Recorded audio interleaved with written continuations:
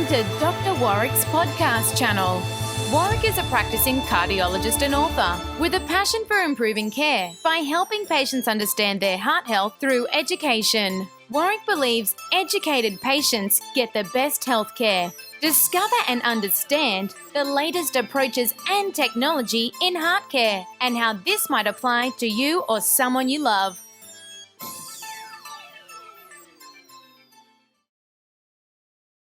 Hi, my name's Dr. Warwick Bishop and welcome to my podcast and videocast station. And today I'm delighted to say I've got Greg Page with me for an interview about cardiac rehabilitation and coronary artery disease. Hi Greg, how are you?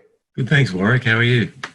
I'm very well. Look, for those who didn't recognise Greg Page's name, like I didn't when I first met him, he is in fact the original Yellow Wiggle. Having seen his face subsequently, unmistakably the original Yellow Wiggle. So, Greg, thanks for joining us. I'm going to ask just a little bit about yourself. How old are you and what's your family background with regard to heart disease? We're not going to talk too much about the Wiggles today, in fact. Yeah, no problem. No, much more important things to focus on today. So I'm now 48 years old and there's no real family history of heart disease. My grandmother did have high cholesterol. She lived till she was in her late 80s and she did have a heart attack at 68 and had a subsequent heart attack and then a stroke. So yes, she did have some heart disease, but it's not like, everybody in my family has some form of, heart disease triggers. So yeah, it's an interesting thing when doctors ask you what's your family history, and if you don't know it, it's very hard to answer correctly. So I guess this is what makes it difficult for doctors to be able to kind of diagnose your risk of heart disease if you don't know your family history very well. It's true. Look, what about other things, Greg? I mean, at 48 years of age, you're not overweight, we know that. Were you active and exercising regularly? Did you look after your diet? Were you someone who tended to think you were doing all the right things, or were there things that, looking back, you weren't looking after yourself? A bit of both, to be honest. So about 13 or 14 years ago, I was quite heavy back then. I was probably about 109 kilos, which was too much. So towards the end of my time with the Wiggles, I'd put on a bit of weight. And we had trainers and people coming on board to try and make sure that we were as fit as possible, because the shows that we did with the Wiggles, the shows were quite physically demanding. So we wanted to make sure we were doing the best we could. We had nutritionists and dietitians consult and give advice. Now, my diet has always been pretty bad. I'm not a good eater. I'm a very fussy eater, and that goes back to my childhood. I don't eat a lot of fruit and veg. I eat a lot of meat. I used to eat a lot of probably fatty meat, to be honest. Then that turned around for me about 13 years ago when I met my wife, Vanessa. She's a cardiac nurse, and she looked at my diet, she looked at my weight, and she tried to get me to change. And I changed, but in retrospect, I probably didn't change enough. I exercised a lot. I always enjoy exercising and I like being what I call fit, but being fit isn't the same as being healthy. And that's what I now know. So I thought, okay, well, look, my diet's not the best, but I'm exercising. I walk, I play cricket, I play tennis, I go to the gym, I work out. I can do all of that without getting the typical symptoms of, oh gosh, I've got a heavy chest, or, I feel unwell, those kinds of things. So I think it's a little bit of both. I think there's a bit of reflection now. I look back and think, I wasn't really looking after myself as well as I should have been.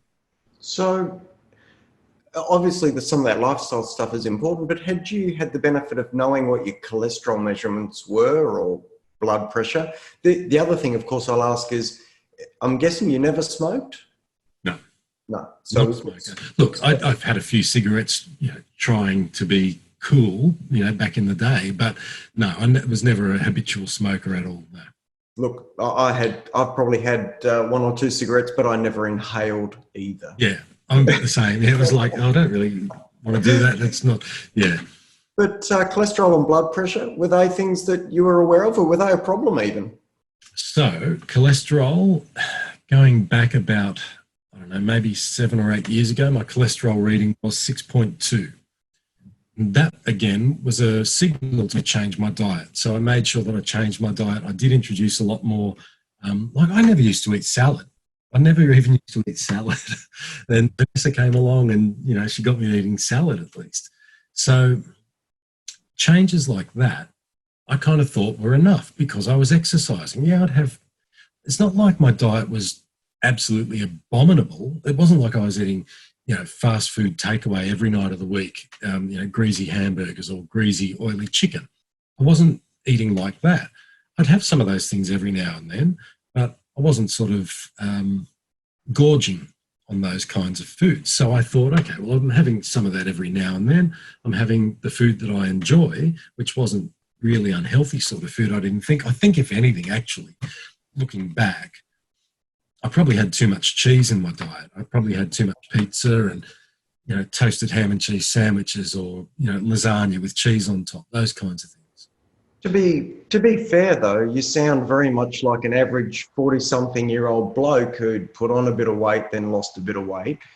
Maybe could have eaten a bit better, but you did a bit of exercise. Yeah. You didn't have much in the way of a family history as a flag. Your cholesterol was a bit on the high side, but not catastrophically high. Really, there wasn't, just from what you described, there's no major flag, Greg. And I guess that really leads us on to the guts of this interview, which is the event that you had. Now, I heard it on the news, as I guess many people did, but can you walk me through what happened? And just for those who are listening, you will recall that, and when was it? Was it last year? It was this year, January 17th. January this year.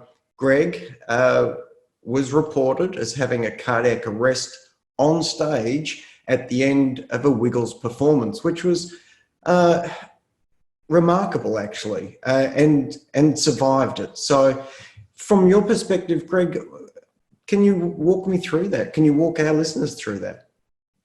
There's not a lot I can remember, to be honest. So 17th of January was the day after my 48th birthday. So I turned 48 on the 16th of January. Day after your birthday. Yeah. So the next day we had this performance to do for the Wiggles, which I had been, you know, very conscious of the fact that I had to do a show. We hadn't done a show for some time. So I was conscious about my physical fitness. So I'd been making sure that I was walking and exercising, staying relatively fit. I don't remember a lot about the day itself, nor the show itself. There's probably half a dozen things that I can remember. But one of the things I can remember is lying on the ground after I'd collapsed, you know, going into cardiac arrest. So with the benefit of hindsight, I can tell everybody that what happened physiologically inside my body was a clot formed in my LAD, my left anterior descending artery in my heart, and blocked off that artery apparently 100%. And almost immediately, I would say, I went into cardiac arrest. I don't remember any warning signs. I don't remember feeling heavy in the chest or any pain or any shortness of breath other than what I would normally experience during a Wiggles show. When you're being physically active and exerting yourself, I was out of breath. And that's what I can remember. You know, I don't remember the moment of collapsing, but I do remember lying on the floor, looking up at the ceiling and struggling to breathe. I remember thinking, gosh, I'm so out of breath. I'm so exhausted after that show. But I didn't think that that could have been my last few breaths on this earth. Was that memory of you laying on the floor, looking up, presumably that was after you'd been resuscitated, Greg? No, I think that was before I went into, before I passed out. It was the last few breaths I was taking, I think. And then, you know, luckily people around me recognised that I was in cardiac arrest or that I needed CPR, and they jumped straight onto it, called 000, of course, and then straight into the CPR. So I'm very, very fortunate. Well, Kerry Packer, who survived a cardiac arrest when he was playing polo, if you remember, many years ago, remarked that there was nothing on the other side. Did you have any awareness of something else, or was it? What did you recall? Anything from it? No, look, the only thing I can recall is those last few breaths and just feeling really tired and, look, struggling to breathe, I guess. I kind of feel like I was struggling to swallow, you know, when you kind of get that lump in your throat and you're trying to swallow. I felt like I was trying to swallow and I couldn't. But look, apart from that, I didn't feel distress of any sort. I didn't know what was happening. And no, there was nothing on the other side, I think, only because I didn't make it to the other side. Yeah, okay. Really die, thank goodness. You know, people got to me in time. So I don't know if we want to talk in spiritual terms, I do believe there is something on the other side, but I don't believe I got there because of the actions of those people around me. So people have asked, you know, oh, what was it like crossing over? And I think the answer is I didn't cross over. Yeah. I might have been sort of, you know, technically dead because my heart wasn't beating for itself. It was in ventricular fibrillation, but I don't think I actually died that night. I nearly died, but I didn't actually die. Look, just again to reiterate, and I think this is so important, from what you're describing up until that moment, from your exercise, your day-to-day, your physical exertion, there was no clue. Is that? No, well, look, I'll tell you this too. So you asked earlier about cholesterol. About 4 or 5 weeks before this event, so back in December 2019, I'd been to my GP to get a blood test done for something else. But I said to her, look, can you just check my cholesterol for me? Because I haven't had it checked for a while. And she asked, have you fasted? I said, no, I haven't fasted. She said, well, look, it's not going to be an accurate test then. So I said, look, that's okay. Just cholesterol and we'll see what it says. So when that test came back, the cholesterol reading in that test was 6.6. And I asked her about that. I said, well, look, is that something to worry about? She said, well, you hadn't fasted, so it's probably not all that accurate. Just, you know, make sure you watch what you're eating and try and stay, you know, doing your exercise. So I did that and nothing kind of alarmed me about that. Then, of course, we have this event, and in retrospect, thinking back to that, I thought, oh, well, I was told my cholesterol was 6.6. However, when they did cholesterol and bloods on my admission straight after the cardiac arrest, they did cholesterol then the next morning after I'd fasted, and it was 4.8.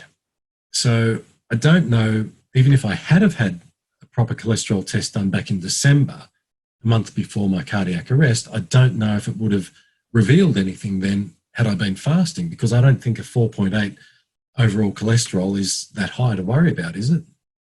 No, and I think, look, it represents, there are two things that come out of that. One is a cholesterol of its own in predicting who's going to have a problem is not always accurate. And we've spoken about that before, and you've even seen some of the information I've created for patients to review about that. It's very, very important once we know you've got a problem, because lowering it will make a difference, but it's not a great predictor. But the other thing that I think is really important, Greg, is you represent one of the individuals who has an event in their artery where the artery, up until the time the plaque ruptures, is not flow limiting, not stopping blood getting down the artery. And we know about 50% of heart attacks occur on arteries that are not narrowed until the plaque ruptures, and that clot forms. And I think that's the scary bit, isn't it? It's terrible. Yeah, it really is. Because as I said, I could exercise, you know, I'd play cricket, you know, I remember in December, I bowled like 17 overs in a day. Now, for a 47-year-old, that's not bad. You know, charging in and trying to bowl your fastest 17 overs in one afternoon. And I didn't feel like I was like struggling and going, oh my gosh, you know. And a couple of weeks back, I met a woman who told me she was having a heart attack for 6 weeks before she actually got treated. She said she was having some uncomfortable feeling in her chest, and eventually she went and got seen, and she was told that she'd had a massive heart attack going back 6 weeks. They could tell that her heart was damaged. Like she said, she'd lost a third of her heart function because of this massive heart attack over 6 weeks that she wasn't really feeling symptoms of. So I know that's not directly related to what we're talking about, but the point is, I think the symptoms of heart attack can actually be put down to other things. People aren't necessarily aware. So for me, any shortness of breath that I might have been feeling, I was putting down to the fact that I was exercising and I was just a little bit older now. So I'd do my 7.5K walk. I'd get back and I'd think, oh, gee, that was a good walk. I'm pretty puffed after that. I was going pretty hard. So, yeah, I'm probably justified in feeling the way I feel. But what I can say now, after having a stent put in, I can do that same walk and I can actually do it quicker than I did before and not be as puffed out. So I think for some people, perhaps some of those little indicators are there, but we don't recognize them because we just think it's only that one thing. I'm not out of breath and feeling heavy in the chest, and I'm not getting pain in the neck or the jaw or the arm. It's not all the kind of symptoms or warning signs that we get told to look for. It's maybe one of them. And so we think, oh, well, look, I've got the high cholesterol, I'll be fine. Or, you know, I've got the shortness of breath, but I'm getting older. So I don't know. I'm not the doctor. Well, it can be incredibly subtle for something that can hit you like a sledgehammer. And I think that's what your story is, isn't it? I mean, incredibly subtle indicators, and then wham. Look, once you were resuscitated and whipped off to hospital, what did you understand? Did you understand much about that process? Was it scary? Was it surreal? Did you realise you could have been dead? Where was all that? So, yeah, look, it's a very interesting series of events, I guess. So, as I said, my last memory was lying on the floor trying to breathe. I have very vague recollections, and only because I've been told about this, that I was in the ambulance trying to remove the mask, the oxygen mask off my face. And as I said, I only remember that because, you know, the paramedic later told me, oh, you know, you were conscious in the ambulance. You were trying to take the mask off your face. And I can remember that. I can remember having this plastic mask on my face and thinking, gee, that's uncomfortable. I just want to get rid of that. But I kind of remember it in the way that you would remember a kind of drunken night. You know, it's like, oh, yeah, I kind of remember that, but I don't really have much real solid memory of it. The first thing I can remember being in hospital is Vanessa standing beside the bed. I think I was still in the emergency department at this stage. I hadn't been stented, and Vanessa was standing there, and I was still really confused and dazed. And I said to Vanessa, what happened? And she said, you're having a massive heart attack. And I remember that, and I remember thinking, heart attack? How on earth could I have a heart attack? So that hit me pretty hard at that point in time, but I was still out of it, really. I was still kind of not really processing things, but I remember at the time thinking, massive heart attack. Then the next memory that I have is waking up in the hospital ward after the procedure. And I think this was the next morning. And the nurse was there sort of, you know, fixing my blankets. And he said to me, he said, oh, how are you? I said, oh, I'm good, thanks. I said, what happened? He said, you've had a heart attack. You had a cardiac arrest. He said, and your chest is going to be very sore from where they had to perform CPR on you. And that's when it really hit me as to what had happened. I didn't still realise at that point in time the difference between a cardiac arrest and a heart attack. But I knew that if somebody had been performing CPR on me, that I must have been in a pretty bad way. So that was my first kind of moment of acknowledgement of how serious that night was. And the next thing that really shocked me was hearing that I was only 1 in 10 that survive. 10% of people survive a cardiac arrest, and that really hit home very hard. It's staggering. In fact, I actually thought it was 1 in 6 of Look, heart it's attack. So there's various figures, but yeah, look, it's 1 in basically 6, it's pretty low. Yeah. it's in the order of Russian roulette, and it's terrifying. Look, what we might do is we've spoken for about nearly 20 odd plus minutes, and I think if it's all right with you, we might just take a natural pause here. I'll stop the recording and we'll break this into 2 parts because we're barely into your first day in hospital, and there's a lot to cover, if that's okay with you. Yeah, that's fine. Yep. All right, well, I'll stop for the time. For those listening, we're going to take a break, and we'll come back with part 2 of Greg Page's interview regarding his experience through a heart attack and cardiac arrest. You have been listening to another podcast from Dr. Warwick. Visit his website at drwarwickbishop.com for the latest news on heart disease. If you love this podcast, feel free to leave us a review.